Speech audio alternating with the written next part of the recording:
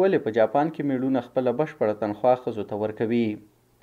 په جاپان کې یو جالب فرهنګي دود دا دی چې ډیری میړونه خپل میاشتنی عاید ښځې ته سپاري او له هغې نه د جیب خرڅ ترلاسه کوي.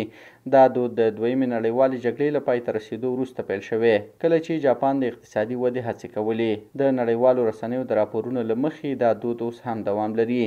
د سافت براینفیلډ په نوم یوې څېړنیزې ادارې سروې ښیي چې شاوخوا 84 سلنه جاپانۍ ښځې چې ډیری کوچني ماشومان لري د کور مالي مدیریت په غاړه لري. د دې دود تر شا درې مهم دلایل موجود دي.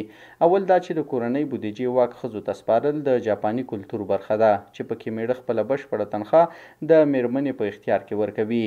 دوهم دا چې دا کړنه د اعتماد او شفافیت نښه ګڼل کیږي. میرمن بیا له دې پیسو نه بیلونه ورکوي، پس انداز کوي او د کور نور مصارف تنظیموي. او درېیمه دا چې ښځې ځکه چې اکثره له کوره کار کوي یا د بچیانو پالنه کوي نو د ورځنیو اړتیاو سره سم مدیریت کولی شي.